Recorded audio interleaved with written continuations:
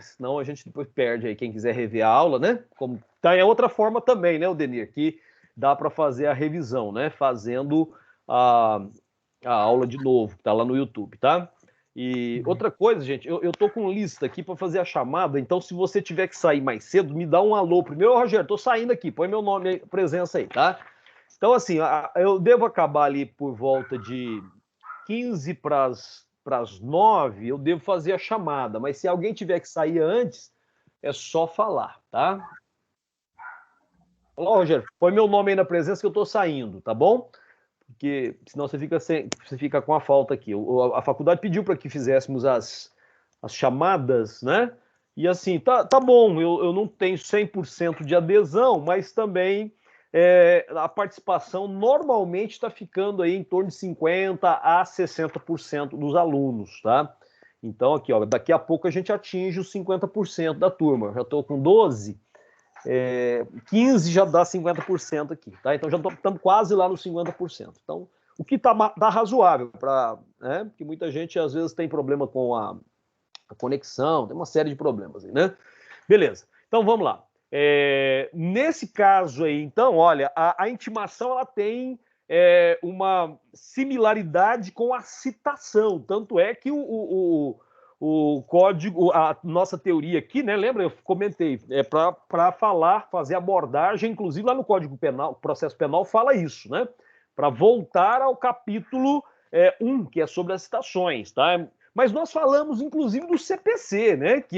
Lá tem um conceito de intimação, que é o artigo 269, dizendo que a intimação é um ato pelo qual se dá ciência a alguém, né, das ocorrências. Ele usa, lá, acho que, dos atos e termos do processo, um negócio assim, tá? Então, anota lá esse artigo, né, do CPC, faz aí a faculdade, né, da intimação do advogado, né, à parte, né, contrária, tá? Então é possível isso por meio do correio ou juntando aos autos esse pedido aí, essa intimação, tá certo? Então esse 269 ele tem assim, né, essa designação conceitual, tá certo? É importante pensar, lá também fala da intimação das entidades públicas da União, do Estado, do DF, dos municípios, né, das autarquias, né, das fundações de direito público, né, que são feitos mediante o órgão da advocacia da entidade, tá certo? Então, esse é um aspecto importante ali. Nós comentamos sobre a questão da notificação e da intimação, que boa parte da doutrina não vê diferença, né? Que intimar seria notificar, né? E assim por diante, tá? Fiz referência também à questão eletrônica, né? Que, embora o Código de Processo Penal ele não tenha essa previsão, né? Lá no CPC, se não me engano, lá o artigo 196, né? Ele fala da competência do CNJ para regulamentar a comunicação eletrônica, tá certo? Então é importante pensar isso, e que existe uma competência supletiva dos tribunais, né, para isso, tá? Tudo bem? As intimações, nós começamos a falar sobre elas aqui no 370, tá? Então, lá no 370 do Código de Processo Penal, faz essa abordagem, né, que a intimação dos acusados, das testemunhas, demais pessoas que têm que tomar conhecimento de ocorrências no processo, vai se dispor sobre o capítulo anterior. Então, o capítulo da intimação é o capítulo 2, está aqui né, no Código de Processo Penal, tá? Então, o capítulo anterior, que é o capítulo 1, versa sobre as citações, tá certo? Então, é importante pensar nisso. O modelo, então, é o modelo da citação, tá? O que está escrito lá na citação está valendo para a intimação. E aí vem o detalhe, né? A questão da intimação pelo diário oficial, lá no parágrafo 1º, né? Então, temos lá a intimação pelo diário oficial, né? Então, a intimação do defensor constituído, né, do advogado, querelante, do assistente, far-se-á far-se-á por publicação no órgão incumbido pela publicidade dos atos judiciais da comarca, tá? Sob pena de nulidade, né? Se não contiver lá o nome do acusado, tá? Lá na lei, eu citei uma lei para vocês, a Lei 11.419, tá? Sobre a intimação via postal, né? Inclusive no Diário Oficial Eletrônico, né? Eu citei lá o artigo 5º para vocês, no parágrafo 1º, né? Que as intimações, elas feitas pelo meio eletrônico, em portal próprio aos que se cadastrarem, né? Dispensa a publicação lá no órgão oficial, tá? Inclusive eletrônico, né? E aí, lógico, né? A intimação é no dia do acesso, tá? Né? Aí você tem essa perspectiva lá no artigo 5º, né, da lei que nós estabelecemos aí como a 11.419, tá bom? Tranquilos, né? O parágrafo 2º do artigo 370 aqui do Código de Processo Penal, caso não haja órgão de publicação dos atos judiciais da comarca, a intimação é feita diretamente por escrivão, lembra disso também, né? E aí eu citei várias vezes o parágrafo 4º, lembrando que no parágrafo 3º, a intimação pessoal, né, feita pelo escrivão, ela dispensa, né, o que se estabelece lá no parágrafo 1º, né? Então é importante pensar isso, tá? Que aí, nesse caso, a intimação estabelecida aí no Diário Oficial, tá bom? E aí, o parágrafo 3º, né? Falando sobre a intimação pessoal pelo escrivão, então dispensa a publicação aí no Diário Oficial. E o parágrafo 4º do 370 está falando sobre aquela citação pessoal do MP e do defensor público. Até tinham lá várias questões, né, sobre isso, tá bom? E aí tem uns detalhes importantes, né? A intimação, ela é admissível por despacho na própria petição, tá? É o que fala o artigo 371, né? Será admissível a intimação por despacho na petição, tá certo? O artigo 372, né? Vai falar dessa remarcação, né? Então, adiada a audiência por qualquer motivo, a instrução criminal, né? O juiz vai marcar naquele momento, na presença das partes, das testemunhas, o dia e a hora para a audiência de instrução e julgamento, e aí é no próprio auto, né? Nos autos do processo, tá certo? Então isso é legal de você observar também, tá? Depois nós já entramos lá em procedimentos, tá certo? Nós entramos em procedimento e como toda fase introdutória, eu fiz uma abordagem conceitual, né? Eu acho que lá no TGP, né, na teoria geral do processo, você tem isso, né? Falando que o processo, na verdade, acaba sendo uma sequência de atos, tá? Então você não vê o processo em si, né? Você vê lá as movimentações, tá certo? Então nós temos procedimento.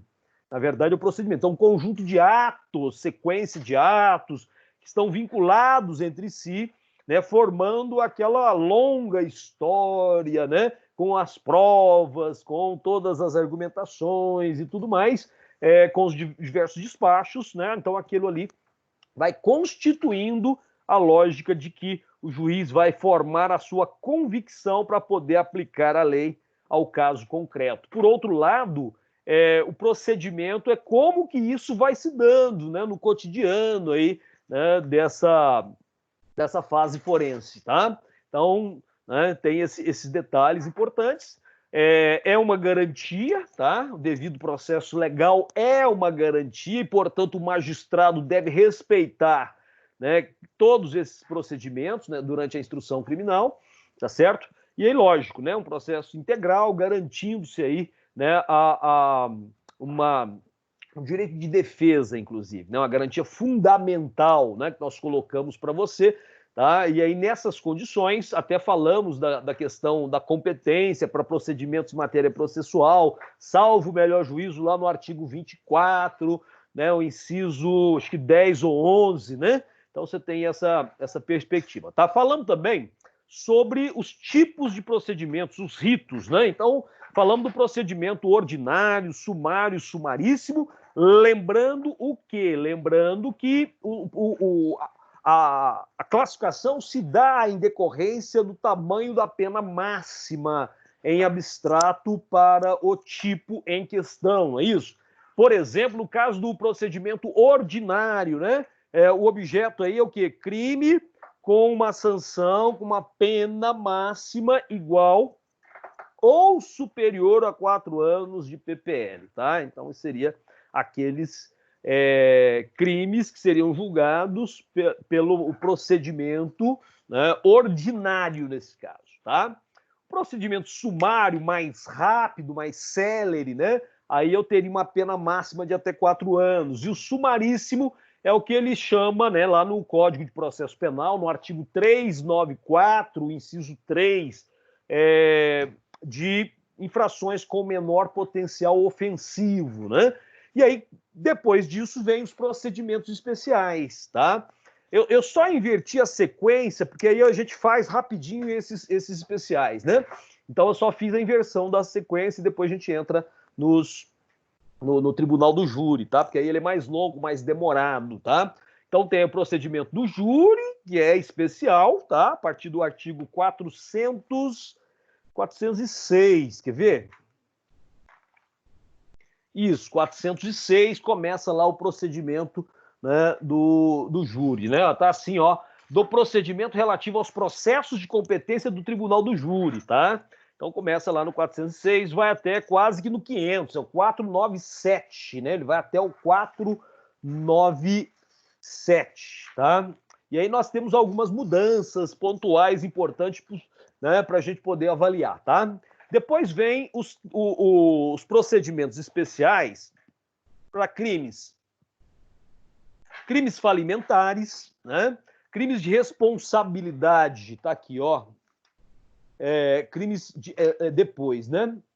Ó, crimes de responsabilidade dos funcionários públicos, crimes contra a honra, contra a propriedade imaterial e de restauração dos autos, tá?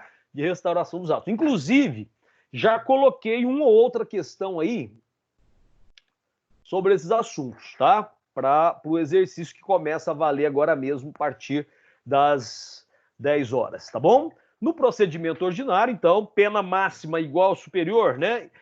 A 4 anos, tá certo? Importante pensar nisso. Aí começa o ajuizamento da ação penal, um procedimento menos célere, né? Então, o ajuizamento ocorre com o recebimento da denúncia ou da queixa. Lembra disso? Até registrei isso para nós lá no slide, tá? E aí, obviamente, você tem que obedecer o 396 aqui, ó. 396, tá? Falando sobre os procedimentos ordinário e sumário, oferecida a denúncia ou a queixa, o juiz, se não rejeitar liminarmente, recebê-la e ordenará a citação do acusado para responder à acusação. Aí eu falei, tem a resposta à acusação a partir daí no prazo de 10 dias, tá? Então isso também está escrito para você lá no comecinho do procedimento ordinário, né? Quando há a citação por edital, tá? No 396, então você tem essa possibilidade, né? A citação, prazo de defesa começa a partir do comparecimento pessoal do acusado ou do defensor constituído, tá? Então, tá aí, lá no parágrafo único, né? O parágrafo único do 396 tem isso, tá? Com a citação por edital, né? Então, no caso da citação por edital, o prazo da defesa vai começar a fluir a partir do momento do comparecimento, tá? Pessoal do acusado ou do defensor constituído, tá? Bom, resposta à acusação é uma defesa prévia. Lembra que nós comentamos isso? Resposta à acusação é uma defesa prévia, né? Deve conter toda a matéria que seja interessante à defesa de forma preliminar, né? Garantindo aí que uma série de vícios sejam sanados, inclusive, tá certo? Alegações de excludente de ilicitude devem conter aí, tá? Novos documentos, né? Provas a serem realizadas, rol de testemunha. Por quê? A ideia, não sei se lembram de falar isso, é buscar absolvição sumária, né? Então, quando você faz o oferecimento das alegações defensivas prévias, né, logo após a citação, abre-se a possibilidade de ter, né, de o juiz ter aí, conceder uma absolvição sumária. Aí acabou, tá? Já absolveu, tá? Então é fundamental, é um devido processo, é parte do devido processo legal, né? É parte da garantia, tá? De defesa, de ampla defesa, tá? Então é imprescindível o oferecimento da defesa, tá? Uma vez que foi citada o réu, para apresentar a resposta à acusação, então ele tem que apresentar, tá? Então, se ele deixar de apresentar, aí, né, o magistrado vai nomear um defensor e ele terá vistas em 10 dias, tá? De prazo, tá bom? Hipótese para absolvição sumária. Pode, lógico, até se ele for inocente, deve, né? Então, se eu tenho lá, por exemplo, excludente de ilicitude, né, excludente de culpabilidade, né, o fato não é crime, né? Então aí nós temos um caso de fato atípico, crime impossível e assim por diante, tá? Causas de extinção de punibilidade, eu acho que eu citei para você, né, lá no artigo 107 do Código Penal, tá? A extinção da punibilidade, né? Aí vem lá a morte do agente, aquela coisa toda, tá? Bom, aí, se não houver absolvição sumária, então vai marcar aí audiência, né, de instrução e julgamento. Não havendo absolvição sumária, né, audiência de instrução e julgamento, né, com a intimação do acusado, defensor público, o defensor, aliás, né, o representante do Ministério Público ou né, sendo o caso, o querelante ou do assistente, tá? Beleza. Audiência de instrução e julgamento deve ser única, então ouvem-se, né, ofendido, testemunha de acusação, de defesa, lembrando da ordem do procedimento, tá? Lembrando da ordem do procedimento, né? Tem perito para falar, ele vai esclarecer alguma coisa, então é a hora, tá?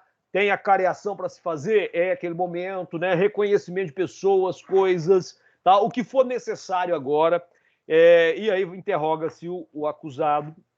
Nós temos, acho que o artigo 400 que eu citei para você, né? Na audiência de instrução e julgamento ser realizado, prazo, cai isso em questão, hein? O prazo para isso, 60 dias, né? Proceder-se-á, né, a tomada de declarações do ofendido, inquirição de testemunha rolada pela acusação, pela defesa, tá? Nessa ordem também, tá? Aí tem o caso, né, de alguém que está fora, tá? Por isso que ele cita lá o 222 do Código de Processo Penal aqui, ó. Ele cita o 222 falando aqui, ó, 222, né? Testemunha que morar fora da jurisdição do juiz será inquirida, né, pelo juiz do lugar, aí expede-se uma carta precatória, tá certo? Então esse detalhe é muito importante, né? Dependendo da complexidade do caso, né, aí o juiz pode deferir a apresentação de alegações finais agora por memoriais. Lembra que memorial cai na prova da ordem, tá? Que são as alegações finais por escrito, tá? 5 dias, né, corridos, tá? Proferindo a sentença em 10 dias, conforme o artigo 403, tá? 403 do Código de Processo Penal, tá? Então tá lá, né? Ó, prorrogáveis por mais 10 dias, proferindo sentença, o juiz a sentença a seguir, tá? Então tá lá, não havendo requerimento de diligências ou sendo indeferido, serão oferecidas delegações finais orais por 20 minutos, tá? Respectivamente pela acusação e pela defesa, prorrogáveis por mais 10, proferindo sentença. Agora, aquele caso que eu falei lá do 403, parágrafo 3º, é caso de mais pessoas, tá? O juiz poderá, considerada a complexidade do caso ou número de acusados, conceder às partes o prazo de 5 dias sucessivamente para apresentação de memoriais. Nesse caso, terá prazo de 10 dias para proferir a sentença, tá? Então aí eu teria um caso de ampla defesa, né? E se o réu não comparecer à audiência, instrução e julgamento, né? Deve ser que ele tem uma opção, né? Silêncio, tá? Tudo bem? Que ele tem o direito ao silêncio, né? Obviamente você tem, se ele for imprescindível, aí condução coercitiva, tá bom? Procedimento sumário, né? Fala o seguinte, o que é o sumário, né? Quando nós temos aí algo mais rápido, mais resumido, né? Eu até escrevi isso, mais simplificado, tá? Mais sumarizado, portanto, tá? O objetivo que nós temos aí é finalizar mais rápido o procedimento, tá? Finalizar mais rápido o procedimento, tá? O início é do mesmo jeito que o procedimento ordinário, tá? Crime cuja sanção máxima seja inferior a 4 anos, tá? Porque o ordinário igual ao superior, tá? Então, inferior a 4 anos.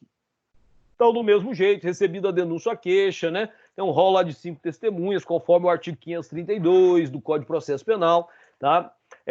Ordena-se a citação do réu para a resposta à acusação por escrito. Qual que é o prazo mesmo? 10 dias, tá? A defesa prévia, a mesma coisa, deve conter aquelas... Deixa eu só admitir. Oi. Você tá passando slide? Porque o meu tá travado na primeira parte. Não, eu não tô passando slide, não. Eu tô fazendo a revisão, Milena, da aula passada. Ah, sim, eu achei que estava repetindo. Não, quando você entrou, eu já tinha falado isso que estava fazendo a revisão, só estou dando uma geralzinha, para depois a gente entrar no assunto de hoje, tá? Só que eu combinei com o pessoal que estava no comecinho que toda aula eu faria aí uma revisão, ou com questões, ou, né, falando aí a matéria. Ok. Tá? E aí daqui a pouco começa a passar slide, eu não comecei ainda não. Tá? Beleza? Então, tranquilo, defesa prévia, igualzinho lá no procedimento ordinário, tá?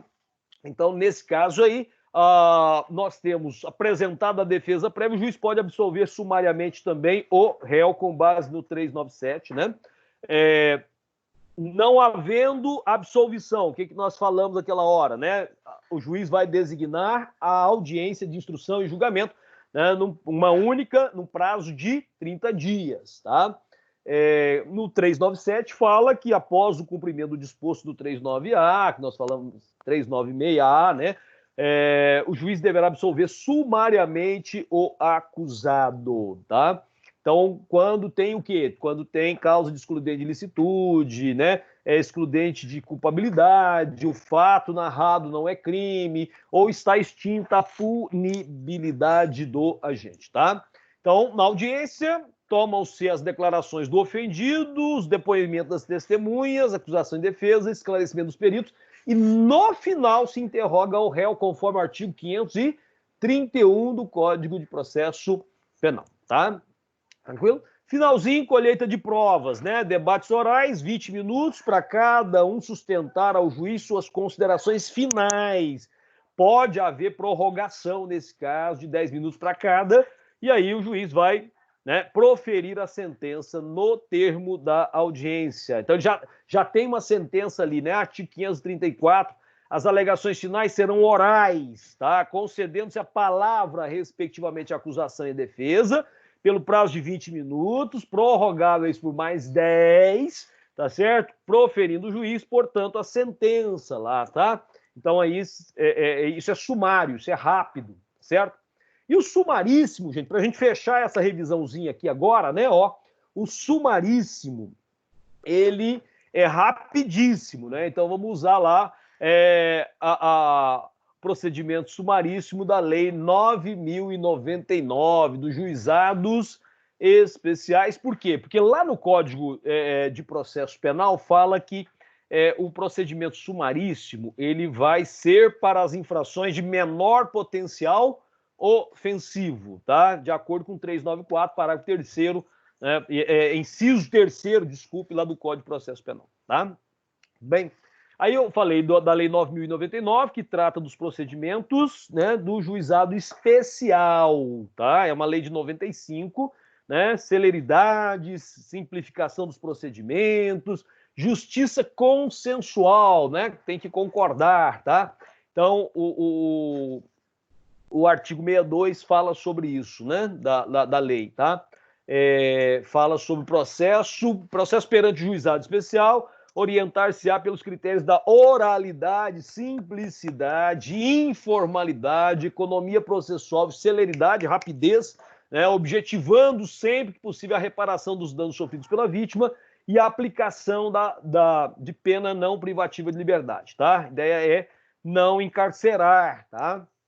Então, a denúncia ou a queixa pode ser oferecida oralmente, né? E eu tenho um rol aí de até 5 testemunhas, tá? Nesse caso, gente, a audiência, ela busca a transação, né, penal, tá? Transação penal. Então, nós vamos falar um pouquinho da transação penal. Agora acabou nossa revisão, né? E a gente vai ter a próxima etapa aí do nosso assunto, tá certo? Alguma pergunta?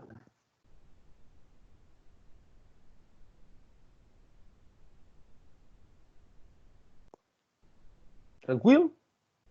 Então vamos lá. Agora sim, ó, Milena, agora vai girar esse slide aqui, ó. Tá? O slide que eu te mandei hoje aí, né? A galera já tá com ele, tá? Então vamos girar esse procedimento especial, tá? Então o procedimento especial tá aqui, ó. Beleza? Passou? Procedimento especial, esses estão estabelecidos na Lei 9.099, mas também temos outros, tá? Temos outros aí que estão no Código de Processo Penal também. Não é só na Lei 9.099, não, tá? Bom, então tá aqui, ó. Quando você fala da aplicação da Lei 9.099, que é a Lei dos Juizados Especiais, aos procedimentos especiais, é possível, tá? Mas você vai encontrar aqui no Código de Processo Penal também uma sequência, né? E aí, olha só que interessante, tá? Olha só que interessante. Vai marcando as leis, tá? Porque a hora que você estiver fazendo exercício, talvez você precisa dessas leis aí na hora da prova também, né? Tá certo? Deixa eu ver, tem alguém com... Não, né? Todo mundo. Estão me ouvindo bem, tá, né? Não tem ninguém com microfone. Então, tá beleza, tá ótimo. Vamos lá, então. A Lei 11.313 de 2006 alterou os artigos 60 e 61 da Lei 9.099. Que lei é essa, 9.099? É que trata dos procedimentos, né, do juizado especial, tá? Então, houve essa alteração lá em 2006, né? A lei é de 95, tá certo? E alterou também o artigo 2º da Lei 10.259, né, que fala dos juizados especiais criminais estaduais e federais, tá bom? Então nós temos alteração aí. A Lei 11.313 alterou os artigos 60, 61 da Lei 9.099 e alterou o artigo 2º da Lei 10.259, tá? A 10.259 trata do juizado especial no âmbito estadual e federal e a 9.099 trata dos juizados especiais, tá? O artigo 60, então, vamos nele primeiro, ó. O artigo 60 fala que o juizado especial criminal provido por juízes togados ou juízes togados e leigos, tá? O juiz leigo basta ser bacharel em direito, parece que conta uma experiênciazinha lá, mas não tem aquele concurso concorrido, né? Ele é juiz leigo, ele não é togado, né? Tá certo? Tem competência para conciliação, julgamento e execução das infrações penais de menor potencial ofensivo, respeitadas as regras de conexão e continência. Tá. Bom, parágrafo único, diz assim, ó, na reunião de processos perante o juízo comum ou no tribunal do júri, decorrente da aplicação de regras de conexão e continência, porque aí conexão de vários crimes, tá? Observar-se-ão os institutos da transação penal e da composição dos danos civis. Apareceu, então, essa possibilidade aí de oferecer a transação penal. Grava essa expressão que daqui a pouco a gente fala sobre ela. Deixa só eu falar do artigo 61 e do artigo 2º da Lei 10.259, tá? Tudo bem? Então vamos lá, ó, vamos falar desses dois, depois a gente entra na transação penal. O artigo 61 fala assim, ó, consideram-se infrações penais de menor potencial ofensivo, para efeitos dessa lei, que é a Lei 9.099, as contravenções penais e os crimes a que a lei comine pena máxima não superior a 2 anos, ou seja, de até 2 anos, cumulada ou não com multa. Então, aí ele está falando para nós o que é a pena, o que é o crime de menor potencial ofensivo, tá? O que você vai considerar um crime de menor potencial ofensivo, tá? Então, nós temos as penas, os crimes, aliás, com penas inferiores até 2 anos, no caso. Tá? Não superior a 2 anos, né? Tá certo? E as contravenções. Contravenção não é crime, é contravenção, né? Tá? Então, é lei específica, beleza? Bom, a Lei 10.259, lá de 2001, que fala sobre o juizado especial lá no âmbito da Justiça Federal Estadual, né? Estadual e federal, né? Na verdade, não está escrito aí, mas né? Aí tá lá, ó, o artigo 2º compete ao Juizado Especial Federal Criminal julgar, processar e julgar os feitos de competência da Justiça Federal relativa à infração de menor potencial ofensivo, respeitadas as regras de conexão e continência, porque aí tem, dependendo da quantidade de crime, não tem jeito, né? Aí vai passar muito a pena, porque depois eu tenho que juntar essas penas, tá? Na reunião de processos, perante o juízo comum ou o tribunal do júri, decorrente da aplicação, né, das regras de conexão, observar-se os institutos de transação penal também. Olha só, apareceu de novo, né, a transação penal. Então, ela aparece na 9.099, no artigo 60, e aparece no parágrafo único do artigo 2º da Lei 10.259, tá certo? Tudo bem? Tá certo? A transação penal, ela aparece para nós num artigo específico da Lei 9.099, tá? De novo, hein, para não confundir. A transação penal, tá? Ela aparece para nós, né, essa modalidade aparece para nós lá no artigo 76 da Lei 9.099. Vamos ver? Tá aqui, ó. 76, tá? Então tá lá, havendo, olha só, presta bem atenção nessa modalidade aí, né? Ó, transação penal, então, artigo 76 da Lei 9.099, havendo representação ou tratando-se de crime de ação penal pública incondicionada, tá? Que não está condicionada à representação da vítima, né? Não sendo caso de arquivamento, o Ministério Público poderá propor a aplicação imediata de pena restritiva de direitos ou multa. Quer dizer, não tem PPL. Não tem PPL, tá? Não tem pena de prisão, né? Não tem pena privativa de liberdade, no caso, tá? Tem PRD, tá? Pena restritiva de direito, tá? Ou ainda pena de multa, beleza? Então tira o encarceramento. Olha aí, então você já tem uma diferença, tá? Nas hipóteses de ser a pena de multa a única aplicável, o juiz poderá reduzi-la até a metade. Aí vai fazer a dosimetria lá, tá? Conforme a individualização, né? Tudo bem? Não se admitirá uma proposta, não se admitirá a proposta da transação penal se ficar comprovado. Ó, quem não pode, cai assim nas provas, né? Prova de concurso. Quem não pode se beneficiar do artifício da transação penal, tá? Então, ó, ter sido autor de infração condenado, ter sido o autor da infração condenado pela prática de crime a pena privativa de liberdade por sentença definitiva. Então, você já tem uma outra condenação, acabou, não pode. Ter sido agente beneficiado anteriormente, no prazo de 5 anos, pela aplicação de pena restritiva ou multa nos termos desse artigo, tá? Então, se ele já foi beneficiado pela transação, que é a aplicação de pena restritiva ou multa, aí ele não tem direito de ter de novo no período de 5 anos. Certo? Outra coisa importante, ter sido agente beneficiado, já falei, né? Não indicarem aí aquela coisa da análise do artigo 59 do Código Penal, lembra?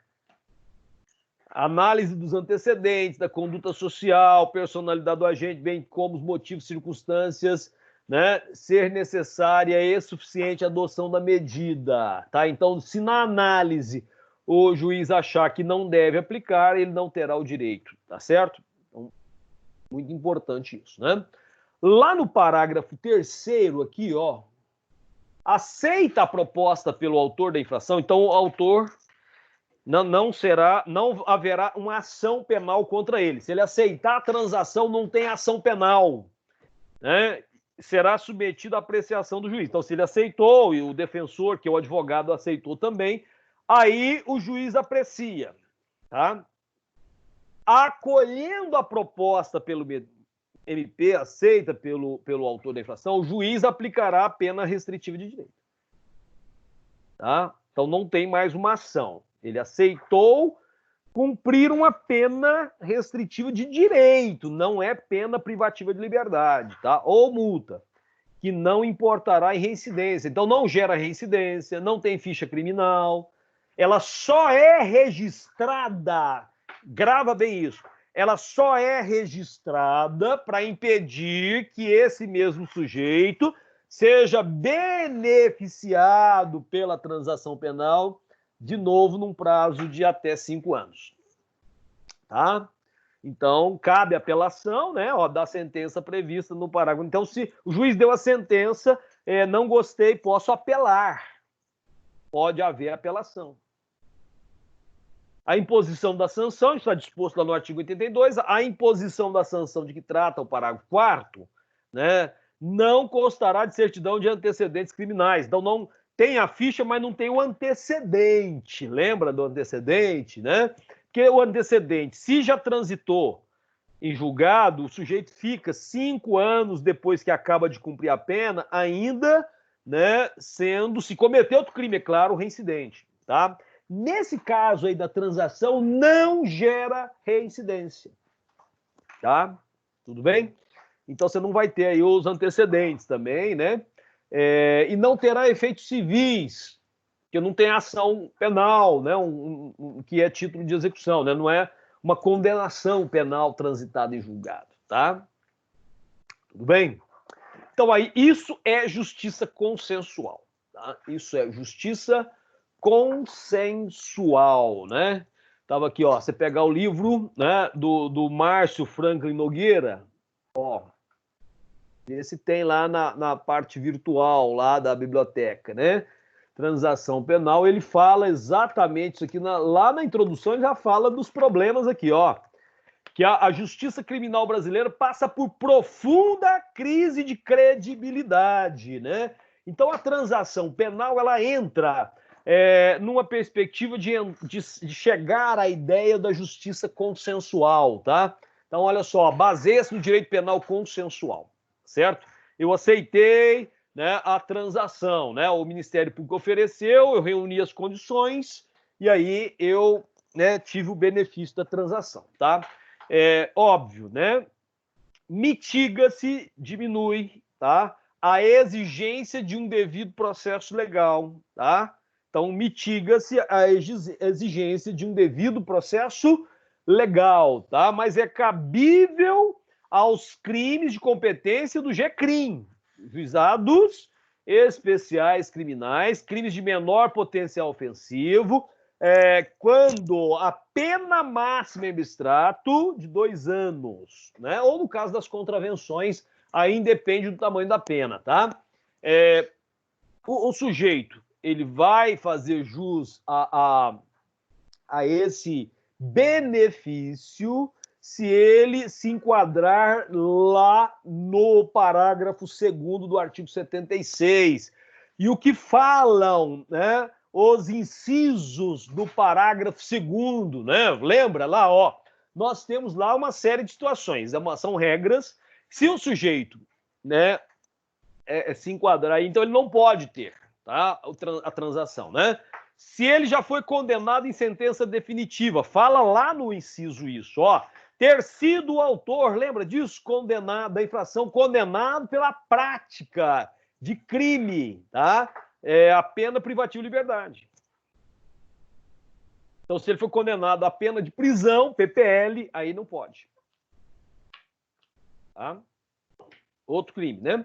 ter sido agente beneficiado anteriormente. Qual que é o período? 5 anos. Então, durante 5 anos, ele não pode ter esse benefício de novo. Tá?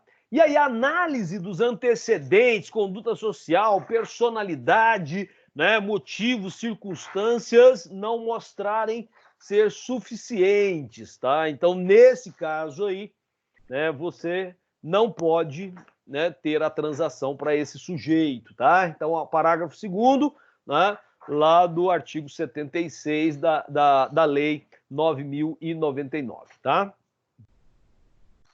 Tudo bem? Então tá aí, tá certo? Bom, vamos lá, vamos estruturar mais o nosso raciocínio. Olha só, antes do início da ação penal e após a tentativa da composição civil dos danos, né? Você tem essa perspectiva. O Ministério Público, ou querelante, né, oferece, tá certo, ao investigado uma pena restritiva de liberdade ou multa, tá?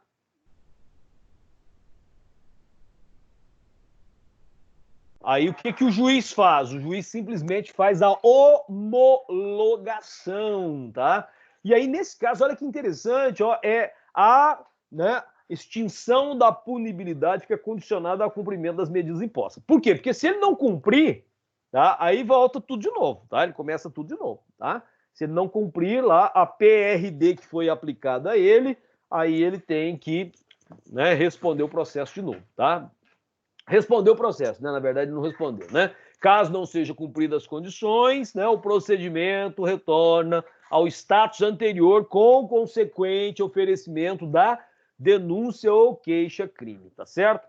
Bom, mas olha só que cenário legal, ó. Uma vez cumpridas as medidas acordadas lá pela transação, acaba a punibilidade do agente, o que impossibilita, né, o oferecimento da ação penal. Acabou, não tem mais ação penal, extinguiu-se a punibilidade, tá? Então, a transação penal pode extinguir a punibilidade do agente? Sim, tá? Então, a transação não pode ser novamente ofertada para o agente nos próximos 5 anos, tá? Ocorrência não constará para efeito de reincidência ou antecedente, já havia falado isso, tá? Tudo bem? Tranquilos? Deu para ter uma noção, então, que a transação seria um benefício, tá? Benefício em cima do benefício, né? Tudo bem? Agora uma sequência de procedimentos, tá? De várias situações, tá bom? Crime contra o idoso, falimentar, né? Então, assim, eu vou falar de alguns casos aqui, é bem jogo resumido mesmo. Não vou nem falar que é rápido, mas é resumido, tá bom? E aí, nesse caso, dando tempo, a gente já avança para tribunal do júri hoje ainda, tá? Hoje ainda, beleza? Tranquilos? Tem alguma perguntinha da transação? Enquanto eu bebo água.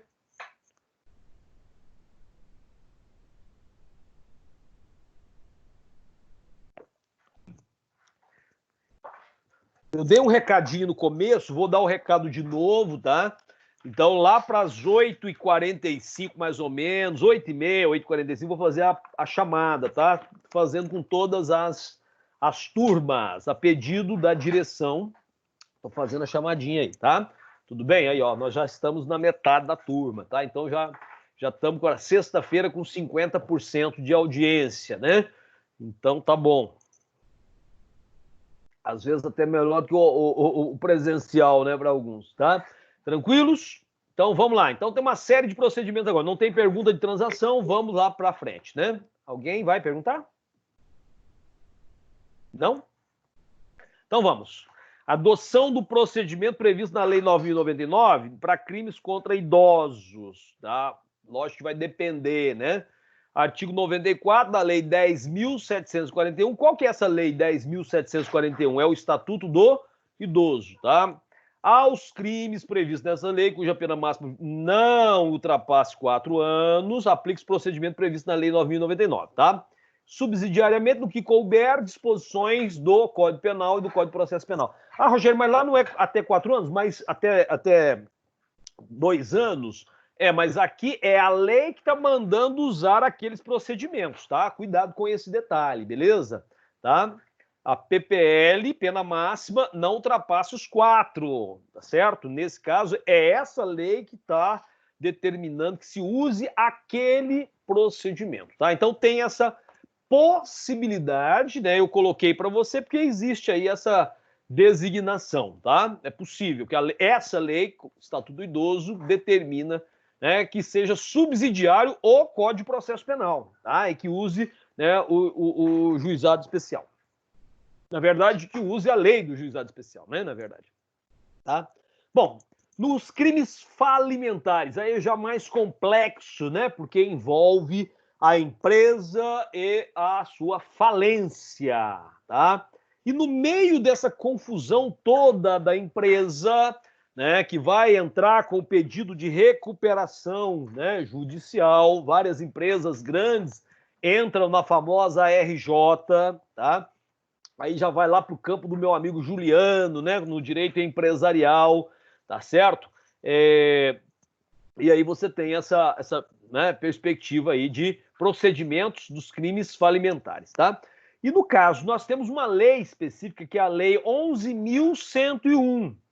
Essa lei é a lei que regula a recuperação judicial, extrajudicial e a falência do empresário e da sociedade empresária, tá? Essa lei revogou, né? Você pode olhar lá os artigos 503 a 512, estão todos riscados, tá? Do Código de Processo Penal, tá? Então, se eu vou lá no 512, ó, 512, tá aqui, ó. Esse meu aqui, eu olhei na internet, já tava tudo riscado, né? Aqui tá lá, ó, revogado pela Lei 11.101, tá? Do 503 ao 512. Onde é que estavam lá, ó? Processo de julgamento de crimes de falência.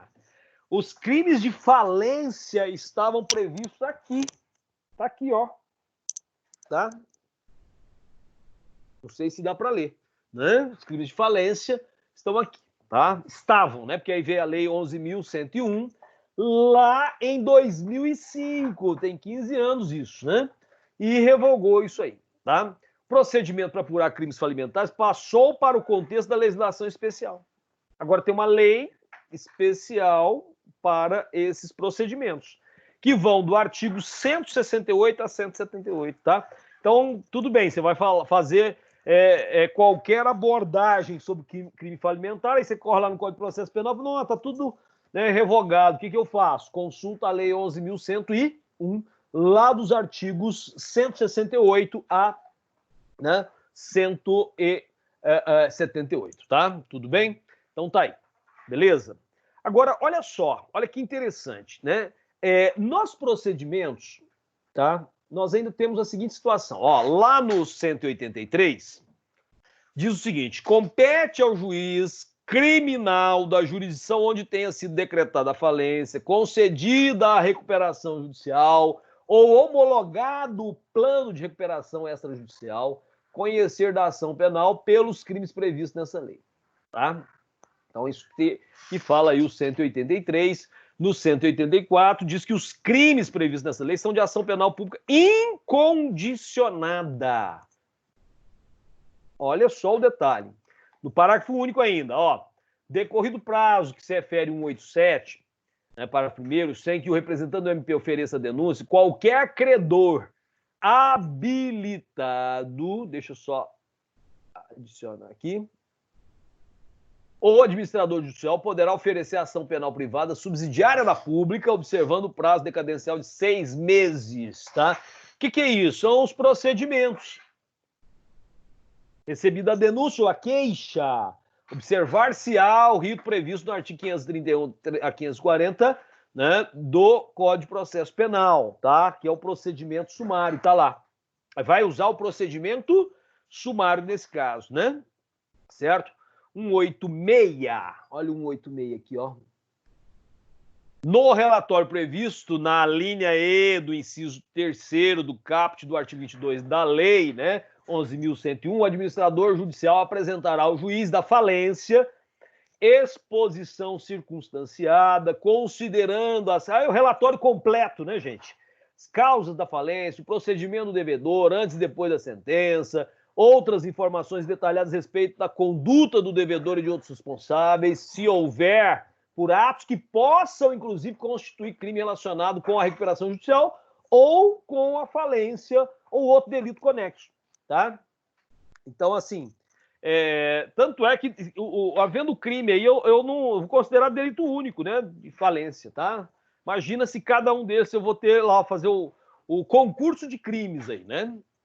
Exposição circunstanciada no parágrafo único, tá? Será instruída com laudo do contador encarregado do exame de escrituração do devedor.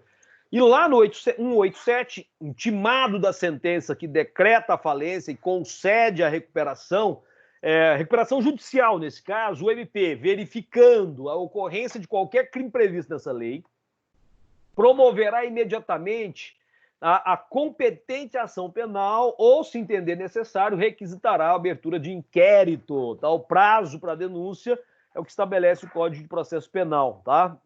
O artigo 46, tá bom? Tranquilos? Processo salvo se o Ministério Público, estando o réu solto, afiançado, decidir aguardar, né? Aguardar a apresentação da exposição circunstanciada de que trata o artigo 186, né? Devendo ser seguida, né? Em seguida oferecer a denúncia em 15 dias, tá? Em qualquer fase processual, surgindo o indício da prática de crime previsto nessa lei, o juiz da falência ou da RJ, tá? Ou a recuperação extrajudicial cientificará o MP, tá? Aplica-se subsidiariamente, então, o Código de Processo Penal, tá? O Código de Processo Penal é subsidiário nesse caso. Então, uso a Lei 11.101, tá? Tudo bem? Então, no caso dos crimes falimentares, lei específica. E nós temos a especialidade, tá? Princípio da especialidade. Tranquilos? Então, lembrar disso, tá? Claro que se fosse para estudar o direito de empresa, aí teríamos mais detalhes, né? Mas nesse caso aqui é só para você ter noções processuais, tá? Nem é, né, crime em espécie que nós estamos estudando, tá bom? Nem é crime em espécie que nós estamos estudando, tá? Então, nessas condições, gente, abre-se também aí uma análise dos crimes de responsabilidade dos funcionários públicos. E aí é interessante observar o seguinte, ó, delito cometido por funcionário público no exercício de sua função, na verdade, deveria chamar crime funcional, tá? Que é o que está previsto lá no 312 ao 326 do Código Penal Brasileiro, tá? Do Código Penal Brasileiro, tá bom? Então aí você tem, né, uma diferença, tá? Porque a doutrina vai nos falar o seguinte, ó, crimes de responsabilidade é uma denominação infundada, tá? Que não faria sentido, tá certo? Porque o que se trata de crime de responsabilidade são as infrações político-administrativas. Então, aí não seria dessa competência, tá? Seriam de competência de órgãos, né? Específicos, como o Senado Federal, a Assembleia Legislativa ou mesmo uma Câmara Municipal, tá? Apurar a responsabilidade nesse sentido, né? Bem, aí nós estamos falando de crimes funcionais, tá? Determinando, ficou faltando um N lá, a perda do cargo ou da função pública como penalidade, tá? Então, aí é o que você vê lá na Câmara dos Vereadores, por exemplo, de Uberlândia, tá? Bom, e aí a doutrina faz essa diferenciação, né? Que nós teríamos crimes funcionais próprios, aqueles que somente o funcionário público pode praticar, e nós teríamos os impróprios, tá? Que são os delitos que outras pessoas podem cometer respondendo incursas em outro tipo penal, claro, né? Como, por exemplo, o peculato furto, tá?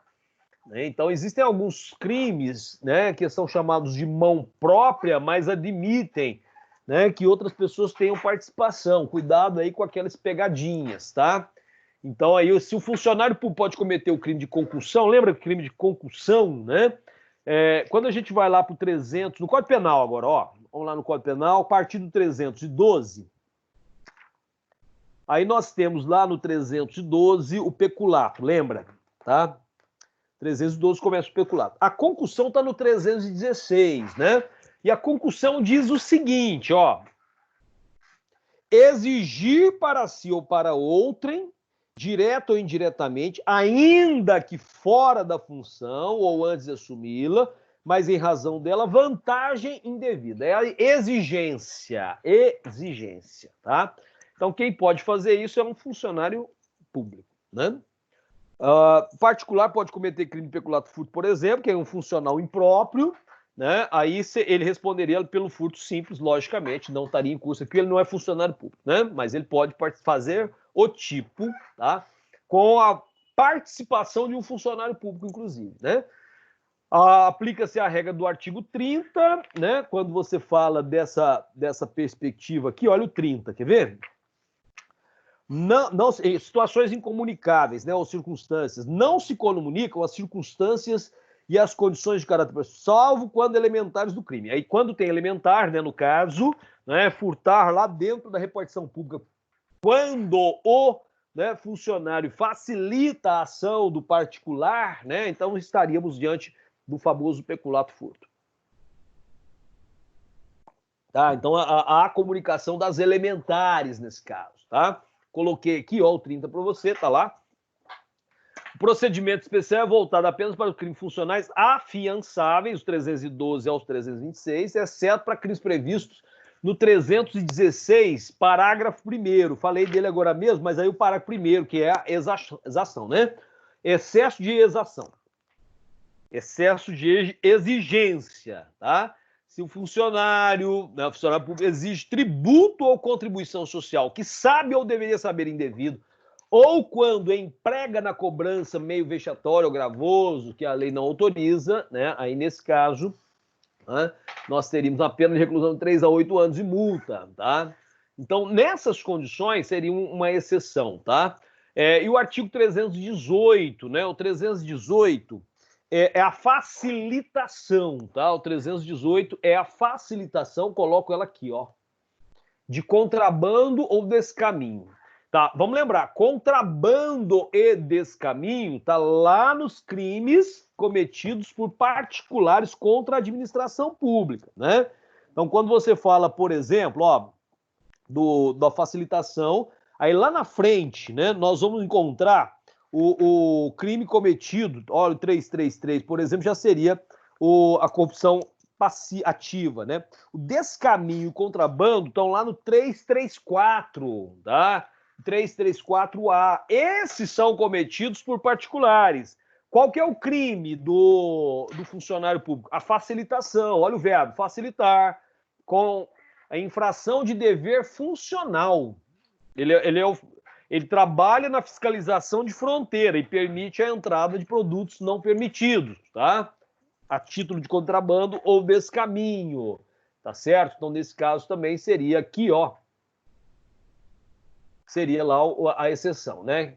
Que são inafiançáveis, tá? São inafiançáveis, certo? Bom, aí eu coloquei aqui, né, processo de julgamento dos crimes de responsabilidade dos funcionários públicos conforme o Código de Processo Penal, tá? Lembra que isso aí são procedimentos especiais. Alguns foram levados para leis especiais, como o caso dos crimes falimentares, e outros continuaram aí. Então tá aqui, ó. Código de Processo Penal, processo e do julgamento dos crimes de responsabilidade de funcionários públicos, lá no 513 do Código de Processo Penal, tá? Os crimes de responsabilidade dos funcionários públicos, cujo processo e julgamento competirão aos juízes de direito, a queixa ou a denúncia será instruída com documentos ou justificação que faça presumir a existência do delito ou com declaração fundamentada da impossibilidade de apresentação de qualquer dessas provas. Mas tem que ter, lógico, né? Tá certo? Agora, aqui, ó, nos crimes afiançáveis, estando a denúncia ou a queixa em devida forma, o juiz mandará autuá-la e ordenará a notificação do acusado para responder por escrito dentro do prazo de 15 dias. O que é isso, gente? Procedimento.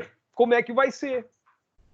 No parágrafo único, ó, se não for conhecida a residência do acusado, ou este se achar fora da jurisdição do juiz, ser-lhe-á nomeado defensor a quem caberá apresentar a resposta preliminar. Tá, isso não já está previsto, né, no Código de Processo Penal para outras situações? Só que aqui ela é específica para o procedimento vinculado, né, aos crimes cometidos pelos funcionários públicos. O caso previsto, 515, no artigo anterior, que é o 514, durante o prazo concedido para a resposta à acusação, os autos permanecerão em cartório, onde poderão ser examinados pelo acusado ou pelo seu defensor, né? A resposta poderá ser instruída com documentos e justificações. Lá no 516, o juiz rejeitará a queixa ou a denúncia em despacho fundamentado, lógico, se convencido pela resposta do acusado ou defensor da inexistência de crime. O que é isso aí? Não é? Aquela questão das preliminares, né? Aquela questão das preliminares, da importância, tá? Com absolvição sumária, tá? Tudo bem?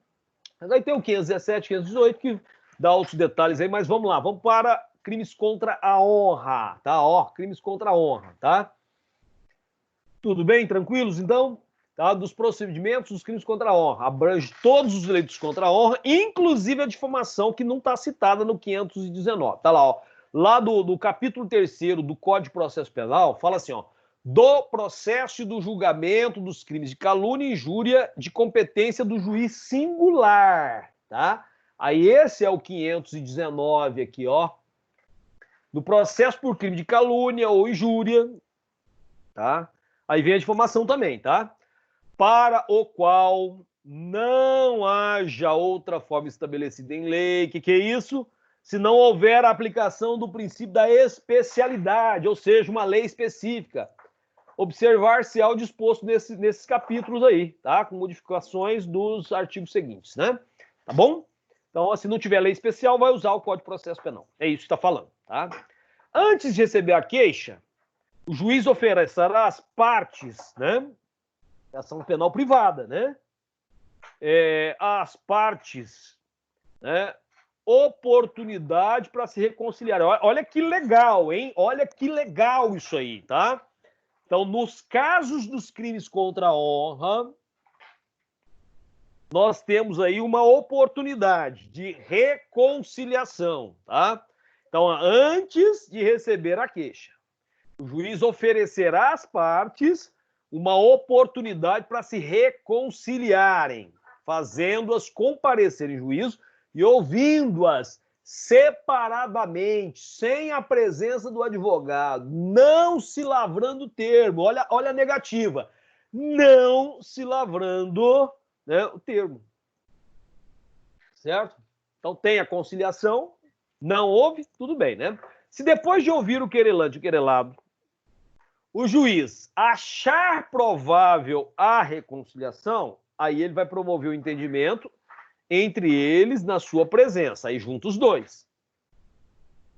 No caso de reconciliação, depois de assinado pelo querelante o termo de desistência, a queixa é arquivada. Olha que legal, né? Economia processual, tá?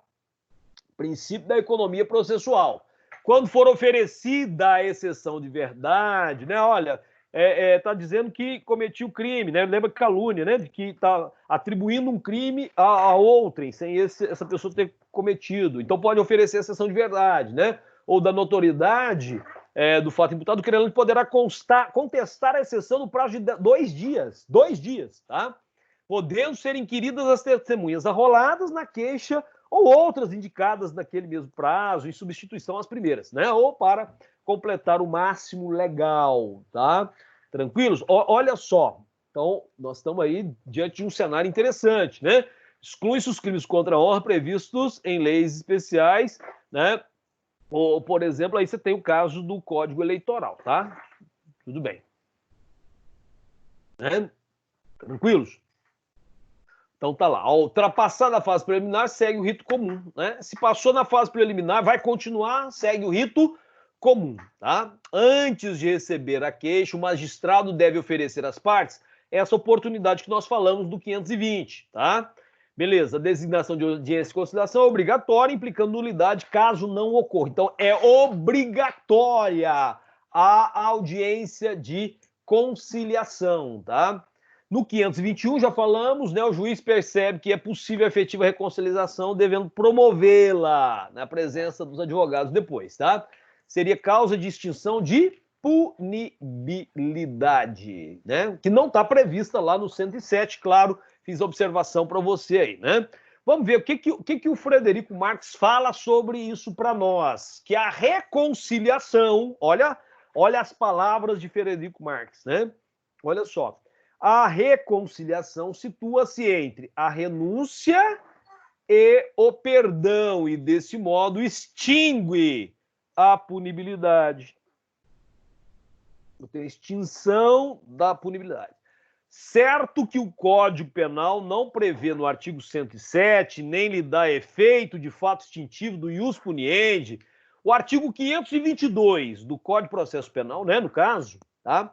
Mas a renúncia faz desaparecer a punibilidade, a fortiori, né, a desistência do direito de queixa, tá? Desse modo, parece-nos que o arquivamento ordenado pelo 522 lá do Código de Processo Penal será consequência e efeito da decretação da extinção de punibilidade. O fato é esse, houve reconciliação, e aí o que vai acontecer? Conciliação ou reconciliação, como queiram, né? Aí extingue-se a punibilidade, né?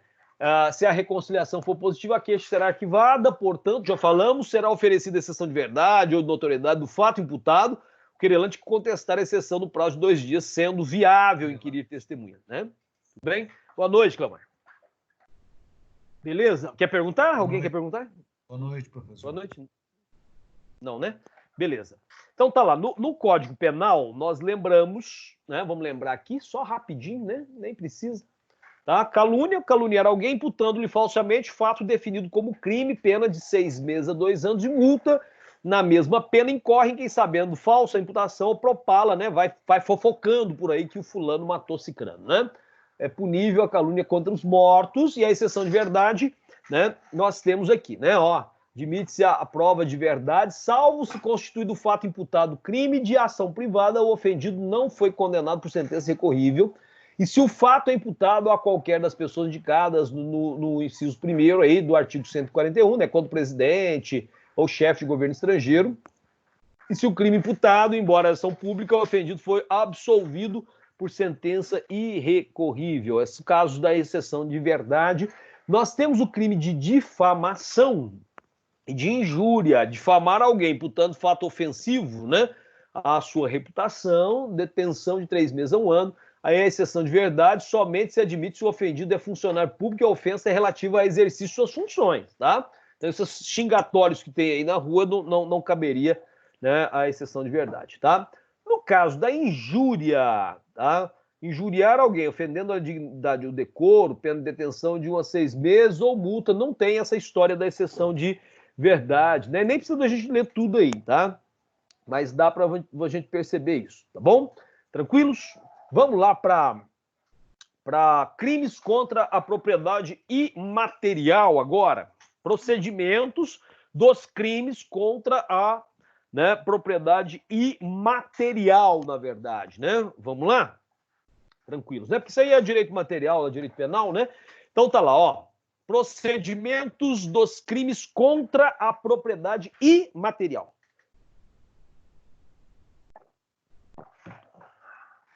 Crimes contra a propriedade imaterial são os crimes que protegem a atividade criadora das pessoas, né? Fruto do intelecto, do reflexo patrimonial, tá? Nós temos, né, esses os direitos autorais, por exemplo, né? Direito autoral, tá? As patentes, né? Essas hoje muito comum, né? O registro de marcas e patentes, alguns inventos aí, as questões ligadas a marca, sobretudo. Aqui nós estamos falando do imaterial, né? Mas tem a propriedade industrial também, tá? Proteção constitucional encontra-se no artigo 216. Então, tem respaldo constitucional, né? Constituem patrimônio cultural brasileiro, os bens de natureza material, concreto, e imaterial. Não. Então, quando você fala das questões culturais, do patrimônio, né? Eu tenho patrimônio cultural, material e imaterial. Você pega, por exemplo, quando eu tenho lá é uma igreja, aquilo é material, né? Um patrimônio histórico, cultural material. Quando eu tenho uma comida, embora eu possa ver essa comida, né, o acarajé, por exemplo, quando eu tenho uma dança ou uma arte marcial como a capoeira, tá? Aí nós temos, né, um patrimônio imaterial também, tá? Tomados individualmente ou em conjunto, portadores de referência à identidade, né, à ação, à memória dos diferentes grupos formadores da sociedade brasileira, nos quais se incluem forma de expressão, né? Então, a cultura de um modo geral, a autoria de música, né? Modos de criar, fazer e viver, criações científicas, artísticas e tecnológicas, obras, objetos, documentos, edificações e demais espaços destinados à manifestação. Então ele está tratando tudo aí como material e imaterial, né? Conjuntos urbanos, sítios de valor histórico, paisagístico, artístico, arqueológico, paleontológico, ecológico, científico. Tá? Isso aí é o patrimônio cultural, né? É material e imaterial. Tá tudo aí, né? Reflexo, né, de uma garantia constitucional, tá certo? Tudo bem?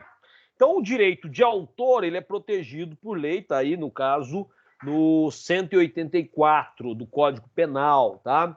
Então, dos crimes contra a propriedade intelectual, isso é propriedade imaterial, né? Imaterial. Muito embora você possa ver a obra, tá? Mas aí você tem, né, a propriedade intelectual, a autoria daquele bem, tá? Violar direitos de autor e os que lhes são conexos, tá? Dá uma briga boa aí nesse caso dessas músicas, né, de artistas famosos aí, né, que ferem direito autoral, os plágios e assim por diante. Pena de detenção de 3 meses a 1 ano ou multa, tá? Se a violação consistir em reprodução total ou parcial, com intuito de lucro. E agora você também tem os direitos autorais, né? Agora não, já tem muito tempo, né? De filmes, de imagens, né? E com essas tecnologias hoje da informação é mais fácil de você detectar uma cópia, tá? Grava um vídeo, põe um filme aí, alguma coisa que tem direito autoral no meio do seu vídeo, põe lá no YouTube, você vê. Existem algoritmos que detectam, né, que você tem lá uma cópia no meio, tá? De lucro direto ou indireto por qualquer meio ou processo de obra intelectual, interpretação, execução, fonograma, sem autorização expressa do autor. Quer dizer que se eu tiver autorização, eu posso usar, obviamente, né, do artista, intérprete ou executante, do produtor, conforme o caso, ou de quem os represente, tá? Então é muito interessante isso, ainda mais nessa era de tecnologias que as pessoas colam e copiam e colam com facilidade, né? Tá certo? E agora, com realidade virtual, vai ficar muito mais fácil, né? Porque agora você consegue, por meio de computadores aí, colocar uma pessoa famosa falando qualquer coisa e mostra ela no vídeo ali, ó, como se fosse ela mesma, né? Mas é uma montagem de computador, tá? Então agora as fake news vão ficando cada vez mais aprimoradas, né? Porque agora não é só, né, uma fala, você está vendo, né, o fulano de tal falando, né, uma bobagem ali, né? E não é aquela pessoa, é uma montagem de realidade virtual, tá? Então, nesse caso aí, nessa violação, 2 a 4 anos de multa, na mesma pena do parágrafo 1º vai incorrer, né, na mesma pena incorre quem com intuito de lucro também, direto ou indireto, distribui, vende, expõe à venda, aluga, introduz no Brasil, adquire, oculta, tem depósito original, cópia de obra intelectual, fonograma reproduzido com violação do direito do autor. De vez em quando a polícia dá uma batida aí nesses, né, camelôs vendendo, que estão vendendo os antigos CDs, DVDs piratas, lembra disso, né? O pessoal foi sofisticando, coloca no pendrive, tem uma série de sofisticações, né? Mas tá fazendo aí, tá violando esse artigo 184, né? Compra lá um pendrive lotado de música, tudo quanto é música que você quiser, né? Uma mixaria, né? Então, mas né, uma violação contra o direito autoral aí do 184, tá certo? Né? E aí tem esses detalhes, tá? Detalhes importantes. Vamos lá, tem um parágrafo 3º aqui, ó. Se a violação consistir no oferecimento ao público, mediante cabo, fibra, ótica, satélite, ondas ou qualquer outro sistema que permita ao usuário realizar a seleção da obra ou produção para receber ali um tempo, lugar, está falando, né? Olha, 2003, mas já tem a internet aí, né? Em lugar previamente determinado por quem formule a demanda, né? Com intuito de lucro direto ou indireto, sem autorização expressa, conforme o caso do autor, do artista intérprete, né, de produtor de fonograma e de quem os represente, pena de 2 a 4 anos, né? E aí vai, ó, o disposto dos parágrafos 1º, 2º e 3º não se aplica quando se tratar de exceção à limitação ou limitação de direito de autor ou se eles são conexos em conformidade com o previsto na Lei 9.610, nem a cópia da obra intelectual fonograma em um só exemplar para uso privado do copista, sem intuito de lucro, tá? Então aí tem algumas exceções, tá certo? Quando você continua aqui, ó, tem a usurpação do nome ou pseudônimo alheio, mas isso foi, né, revogado pela Lei 10.695, tá? Aí vem o procedimento, olha só, vem o procedimento, né, ó. Procede mediante queixa nos crimes previstos do caput do artigo 184. A ação é penal pública e incondicionada nos crimes previstos parágrafos 1º e 2º do 184. A ação é penal pública e incondicionada nos crimes cometidos em desfavor de entidades de direito público, autarquia, empresa pública, sociedade de economia mista ou fundação instituída pelo poder público, né? Então aí você tem um detalhe interessante, né? Que a ação é incondicionada nesses casos, e a ação penal pública condicionada à representação do crime no parágrafo 3º, tá? Que aí fala da violação, né? Constituindo o direito do ofendido, mediante cabo, aquela com satélite, aquele esquemão aí dos gatos, né? Das TVs e tudo mais, tá?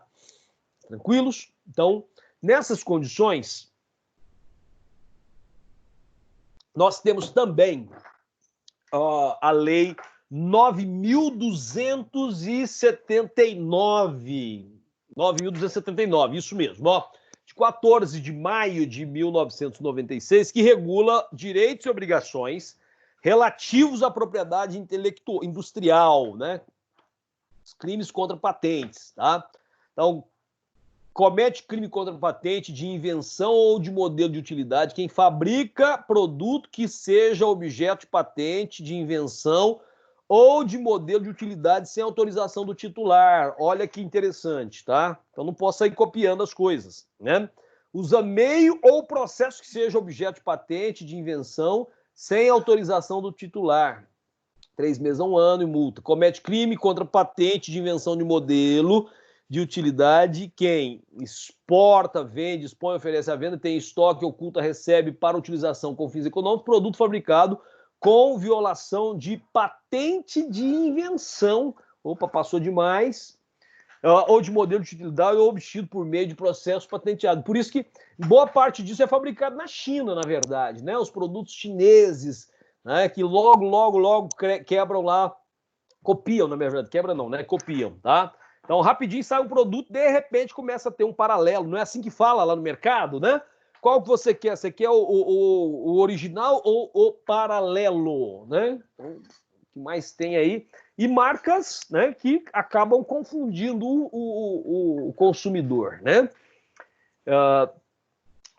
Importa produto que seja objeto de patente de invenção, de modelo de utilidade obtido por meio de processo, né, patenteado no país para os fins previstos no inciso anterior e que não tenha sido colocado no mercado externo diretamente pelo titular da patente ou com seu consentimento. Então, é um mercado interessante aí também e, obviamente, a violação dele constitui crime, né? Fornecer componente de um produto patenteado ou material ou equipamento para realizar processo patenteado, desde que a aplicação final do componente, material ou equipamento induza necessariamente a exploração do objeto de patente, tá? Então, também é crime. Crimes desse capítulo caracterizam-se ainda que a violação não atinja todas as reivindicações da patente ou se restringe à utilização de meios equivalentes ao objeto da patente, tá? É importante pensar isso no ramo industrial, né? Fabricar sem autorização do titular produtos que incorporem desenho industrial. Olha só o desenho industrial aí. registrado ou imitação substancial que possa induzir em erro ou confusão, né? 3 meses a 1 ano. Comete crime contra o registro de desenho industrial quem exporta, vende, expõe, oferece à venda, tem estoque, oculta ou recebe para utilização com fins econômicos o objeto que incorpore ilicitamente desenho industrial registrado ou imitação substancial que possa induzir em erro ou confusão. Ou ainda importa produto que incorpore desenho industrial registrado no país ou imitação substancial que possa induzir em erro ou confusão para fins previstos no inciso anterior, tá? E que não tenha sido colocado no mercado externo diretamente pelo titular, pena de 1 a 3 meses, tá? E assim, é interessante você observar que isso realmente movimenta todo um mercado industrial aí em nível mundial, né? Inclusive com essa perspectiva da pirataria não só chinesa, né? Mas os chineses se especializaram muito nisso. Comete crime contra registro de marca agora. Olha só, registro de marca. Quem reproduz sem autorização do titular, no todo ou em parte, marca registrada ou imita de modo que possa induzir a confusão. Né? Você faz um desenho parecido com o da Coca-Cola para pôr numa garrafa de refrigerante, né? E assim por diante, né? Altera o tênis, né? Marca de roupa, tá? Então, altera a marca registrada. Boa noite, André. Altera a marca registrada de outrem já aposta em produto colocado no mercado, né? Você quer fazer pergunta? Não, né? Ativar aqui.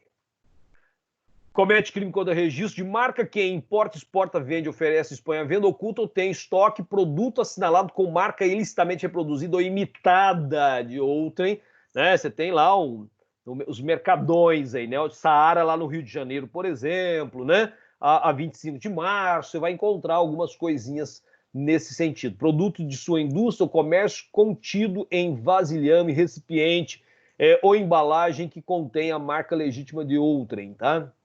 Também constitui crime, né? Dos crimes cometidos por meio de marca, título de estabelecimento, sinal de propaganda. Olha só, dos crimes cometidos por meio de marca, título de estabelecimento, sinal de propaganda, reproduzir ou imitar de modo que possa induzir a erro ou confusão, armas, brasões, distintivos oficiais, né, sejam eles nacionais, estrangeiros, internacionais, sem a necessária autorização no todo ou em parte, né, em marca, título de estabelecimento, nome comercial, insígnia ou sinal de propaganda, ou usar essas reproduções ou imitações com fins econômicos, 1 a 3 meses de multa, tá? Incorre na mesma pena quem vende ou expõe, oferece e vende esses produtos com essas marcas, tá? E aí vem também a indicação geográfica, né? Você já percebeu que vem lá a origem do produto, crimes contra indicação geográfica, ó. Falsificar, importar, exportar, vender, expor ou oferecer à venda ou ter em estoque produto que apresente falsa indicação geográfica, tá certo? Então isso também, essa designação de origem, que é obrigatória nos produtos, né?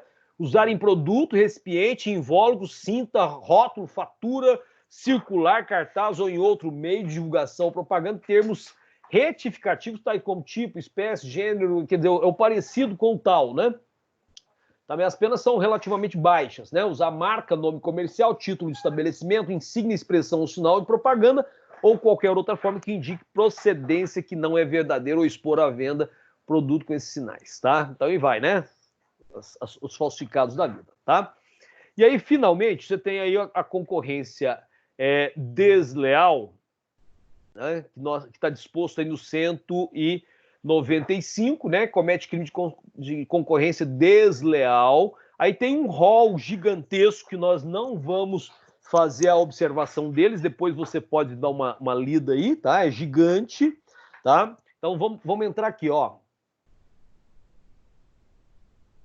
A maior parte dos crimes contra a propriedade material é de ação exclusivamente privada, devendo ser movida pela parte ofendida, claro, à exceção dos delitos cometidos em prejuízo de entidades de direito público, né? Que nós já até falamos sobre isso, tá? Então é importante pensar nessa lógica, porque quando eu pego lá no Código de Processo Penal, no 530, né? Ele versa, 530B, ele versa sobre esses procedimentos, tá? No 530B está versando sobre do processo e do julgamento de crimes contra a propriedade imaterial. Então, nos casos das infrações previstas, lá no 184, né, a autoridade policial procederá à apreensão de bens ilicitamente produzidos ou reproduzidos em sua totalidade. É para você ver aquelas apreensões da polícia lá nos camelódromos, por exemplo, juntamente com equipamentos, suportes, materiais que possibilitem a sua existência, desde que esse se destine principalmente à prática do ilícito, tá? E lá no 530H, esse é o B, né? Ó, lá no H, tá? Já no finalzinho, antes do processo sumário, fala assim, as associações de titulares de direito de autor e os que lhes são conexos poderão, em seu próprio nome, funcionar como assistente de acusação nos crimes previstos no 184, que é contra a propriedade material, quando praticado em detrimento de qualquer dos seus associados, tá? E o último assunto nosso, antes de entrar no tribunal do júri, é sobre aqui nós estamos no H, sobre o processo de restauração de autos extraviados, tá? E a gente encerra aí, tá? Então dá tempo tranquilo e às vezes dá tempo a gente começar o tribunal do júri, tá? Processo de restauração de autos que foram extraviados ou foram destruídos de alguma forma, tá? Tudo bem? Agora é isso aí, ó. Então, os autos do processo, tá lá, você tá no procedimento, né? Esse é crime, tá? Aí nós temos esse mecanismo a partir do 541, tá lá, ó, no Código de Processo Penal, no 541, tá lá, do processo de restauração dos autos extraviados ou destruídos, tá? Exatamente aí. Os autos do processo são os documentos e demais escritos, quer dizer, as petições, todos aqueles documentos, né, da movimentação processual a ser compulsado, analisado pelo juiz e pelas partes. Os atos processuais, todos estão registrados nos autos. Aí aquele material some, é destruído, extraviado, né? Então, o que se restaura são os autos, não o processo. O processo é o conjunto todo das ocorrências para que o juiz tenha a sua convicção formada para, né, prolatar a sentença. Então, extravio considerar perda ou desaparecimento. Simplesmente sumiu, né? Então, pronto, vamos ter que restaurar. Aí o procedimento, né, na verdade, está aqui. Né? Destruição é a ruína, extingue-se o material. Queimou, né? A inundação veio e levou tudo, certo? Para que sejam restaurados, podem os autos simplesmente perder-se sem que se saiba onde estão, né? Quer dizer, sumiu. Então, aí eu já posso começar o processo de restauração, né? Depois do oferecimento da denúncia da queixa, então tem todo um procedimento para isso, né? Ó, o inquérito passa a integrar os autos do processo, significa que o inquérito também passa por restauração, né? Então, lá no 541, tá? Ele tem lá algumas, né? 541 até o 548, tá? Fala assim, ó, os autos originais do processo penal extraviados ou destruídos em primeira ou segunda instância serão restaurados. Bom, se foi destruído, tem que restaurar, tá? Se existir e for exibida cópia, por isso que é bom o digitalizado, né? Que aí você tem guardado nas nuvens. Aí o risco, a segurança é maior, né? O risco de perder é menor, tá? Se existir e for exibida cópia autêntica ou certidão do processo, será uma ou outra considerada como original, tá? Aí elenca-se uma delas como original e pronto, tá? Passa a ter outra original, né?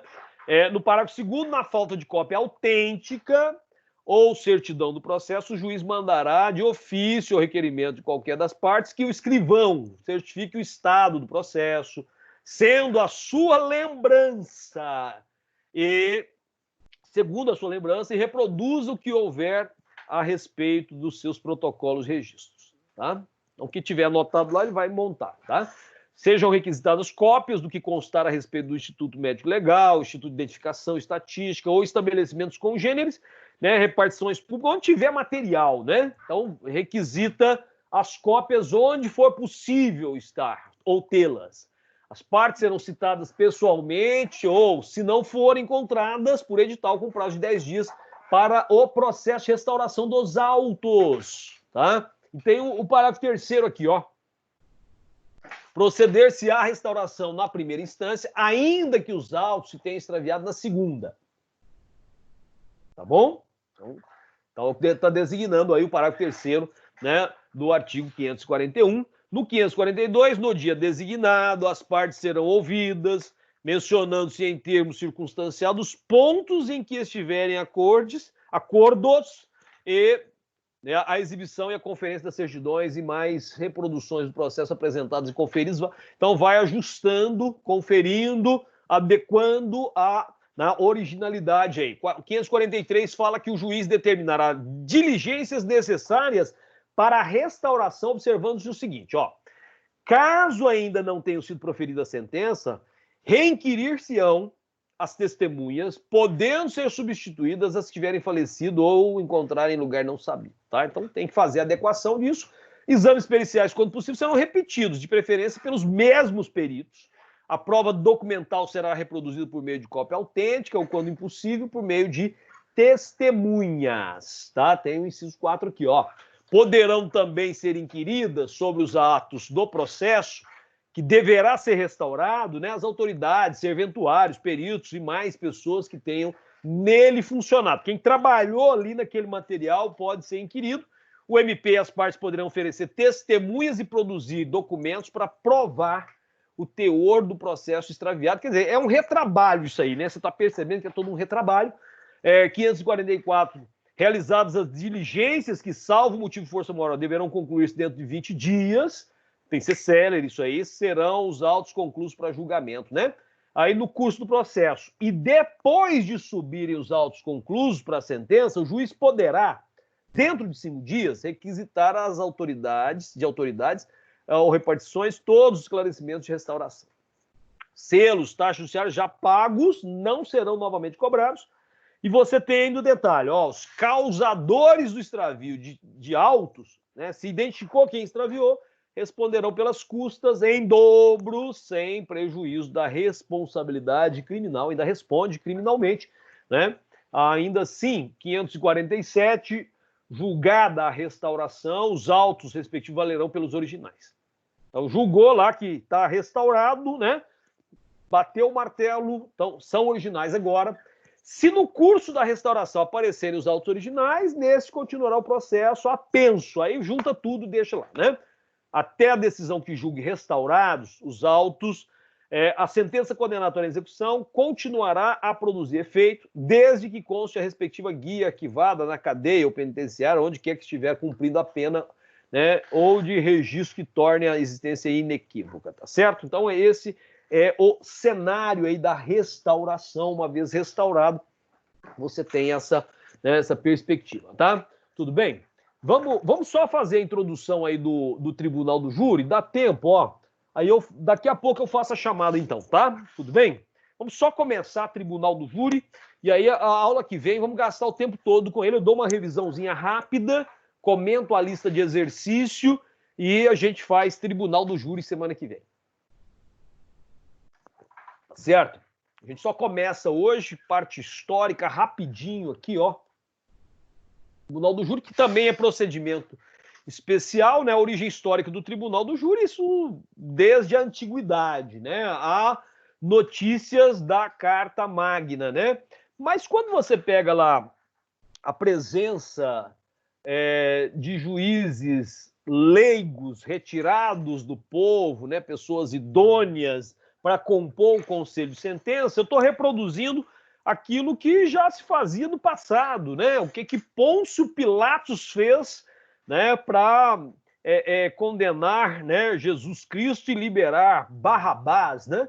Então você teria uma espécie de consulta ao povo, tá? Então o Tribunal do Júri é um instituto extremamente importante ao longo da história, tá? Mas aí marcas importantes a partir do século XIII na Inglaterra, né, com a Carta Magna inglesa. Mas eu tenho esse instituto desde o Império Romano ou os gregos antigos, tá? É importante pensar nessa questão histórica de que a questão da culpabilidade. Quando você vai estudar culpabilidade, é muito interessante nesse sentido, né? Que aí a reprovação, o grau de reprovação social, né, de determinadas condutas. Tá? Então, ninguém poderá ser detido, preso ou despojado de seus bens, costumes e deveres, senão em virtude de um julgamento, né, por meio de seus pares, segundo as leis do país. Então, tá aí o tribunal do júri, né, o povo representado pelo conselho de sentença, né, pelos jurados, né, estão julgando alguém que cometera, né, um crime, em via de regra, crimes dolosos contra a vida. Crimes dolosos contra a vida, né? Bom, tivemos grandes avanços, né? Já tivemos algumas aulas nesse sentido, grandes avanços com a Revolução Francesa, inclusive, né? Combate às ideias e métodos esposados pelos magistrados do regime monárquico, estabeleceu o júri na França, sobre os ideais de liberdade, democracia para, né, os países aí da Europa, tá certo? Então, você tem esse quadro importante, porque o período despótico, né, dos reis, tá, que, obviamente, não respeitavam os ideais, em sua maioria, os ideais de justiça e liberdade, tá certo? Muito menos de democracia, né, que é essa ideia do governo do povo, tá? Então, assim, a humanização da pena por parte do Beccaria, né? A Revolução Francesa com os ideais de liberdade, igualdade, fraternidade, tá certo? Toda a conquista que nós tivemos aí nesse quadro, vinculado, sobretudo, né, às cartas constitucionais, né? Então, isso é importante para nós, né? No caso do Brasil, você tem aí, em 1822, 18 de junho, o Brasil ainda é colônia, né? Independência é 7 de setembro de 1822, decreto do príncipe regente, né? Instaurou no Brasil o Tribunal do Júri, tá? Então, 1822. 1824, Constituição do Império, e lá no artigo 151, né, falando sobre, né, os assuntos cíveis e criminais, lembrando que o nosso Código Criminal é de 1830, né? 1830, tá? A proclamação da República, né, manutenção do Tribunal do Júri no Brasil, tá? Com a criação do Júri Federal, lá em 1890, tá? Então, acabou lá o período do Brasil Império, agora vem aí a Primeira República, né? Constituição de 1934, inseriu o júri no capítulo referente ao Poder Judiciário, lá no artigo 72, né? Em 37, foi retirado o texto. 46, vem aquela Constituição democrática do Eurico Gaspar Dutra, né? Inclusive que levou Getúlio Vargas ao poder novamente pelo voto direto, né? Ressuscitou o Tribunal Popular, inserido no capítulo sobre direitos e garantias individuais, e em 1967, no governo militar, né, houve a manutenção do Tribunal do Júri lá, né, nessas garantias individuais, tá? A Constituição de 1988, né, manteve o capítulo sobre direitos e garantias individuais e a garantia da soberania dos vereditos, sigilo das votações e a plenitude de defesa. Então, lá no artigo 5º, hoje, da Constituição de 88, no inciso 38, fala que é reconhecida a instituição do júri com organização que lidera a lei, assegurados. Olha só o que está assegurado aí para nós, não é? A plenitude de defesa, sigilo das votações, a soberania dos vereditos, a competência para o julgamento dos crimes dolosos contra a vida, tá? Quem tiver aí procurando algum filme para ver aí no final de semana, veja o caso dos Irmãos Naves, quem não assistiu ainda. Veja o caso dos Irmãos Naves, quem ainda não assistiu. Depois a gente vai falar sobre essas questões, tá? Então, na plenitude de defesa, olha só, na plenitude de defesa, o artigo 5º, inciso 54, diz que ninguém será privado da liberdade de seus bens sem o devido processo legal, a garantia do devido processo legal. Deve-se assegurar aos acusados, em geral, contraditória e ampla defesa, tá? Então, o 38, ele assegura isso, né? E a plenitude de defesa justifica-se no fato de que o processo em trâmite no plenário do júri, né, a atuação apenas regular, coloca em risco a liberdade do réu. Se a atuação for mais ou menos, se ela for regular, está em risco a liberdade do réu, tá? Considerando que nós estamos falando aí, né, de um julgamento popular, tá? O STJ, né, decisão do Tribunal do Júri, soberana, é regida pelo princípio da livre convicção e não pelo artigo 93, né, lá da Constituição. Vamos dar uma olhada no 93. Olha só, quando ele fala aqui no 93 da Constituição, né, artigo 93, olha o caput, a lei complementar, né, lá da Constituição de 88, tá? A lei complementar de iniciativa do STF disporá sobre os estatutos da magistratura observados os seguintes princípios, tá? E aí o inciso 9 fala assim, ó, todos os julgamentos dos órgãos do Poder Judiciário serão públicos, fundamentadas todas as decisões sob pena de nulidade, podendo a lei limitar a presença em determinados atos às próprias partes e aos seus advogados, ou somente a estes, em casos nos quais a preservação do delito e a intimidade, do direito à intimidade do interessado no sigilo não prejudique o interesse público à informação, tá? É compatibilizar isso aí, né? Então você tem esse detalhe, os jurados simplesmente votam, condenando ou absolvendo, sem qualquer fundamentação, tá? As decisões do tribunal não devem ser revistos quanto ao mérito por tribunal togado. Por isso, é crucial que a defesa seja plena, tá? Amplitude, plenitude de defesa, tá? Sigilo, né, da votação, das votações. O juiz-presidente, os jurados, o MP, o assistente querelante, o defensor do acusado, o escrivão, o oficial de justiça, dirigir-se-ão à sala especial a fim de ser procedido à votação, conforme o artigo 485, caput do CPP. Nós vamos falar sobre ele, tá? Pois, né? Próxima aula, tá?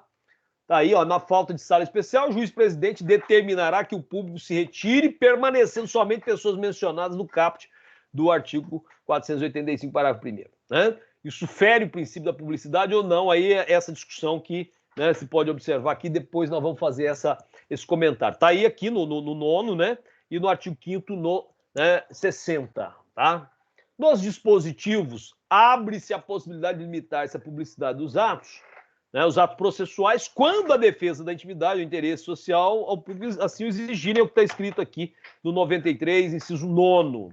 É do mais alto interesse público que os jurados sejam livres e isentos para proferir o seu veredito, tá? Então, a soberania, ó, o veredito popular é a última palavra, não podendo ser contestada quanto ao mérito por juiz togado, como eu já falei, tá certo?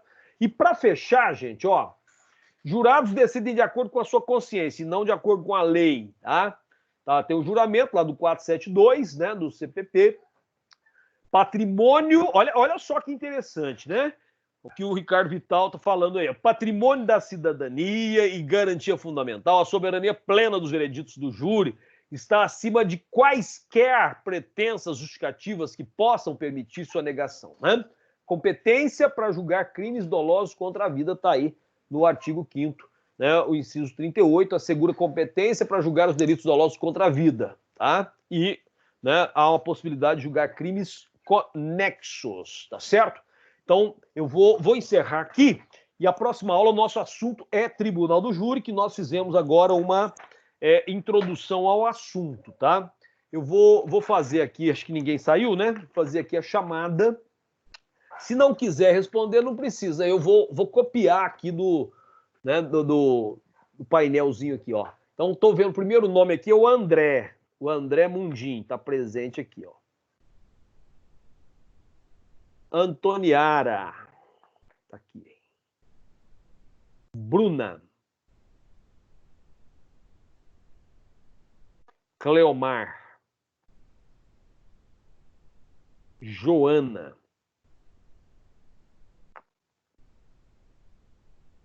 Karina Martins. Laís. Luciana Almeida.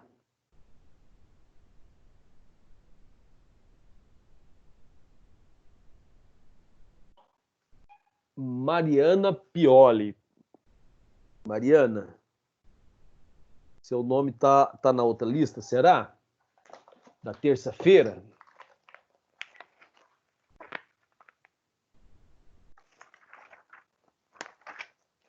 Mariana Pioli. Tá aqui. Tá na outra turma. Mariana Cristina Pioli, né?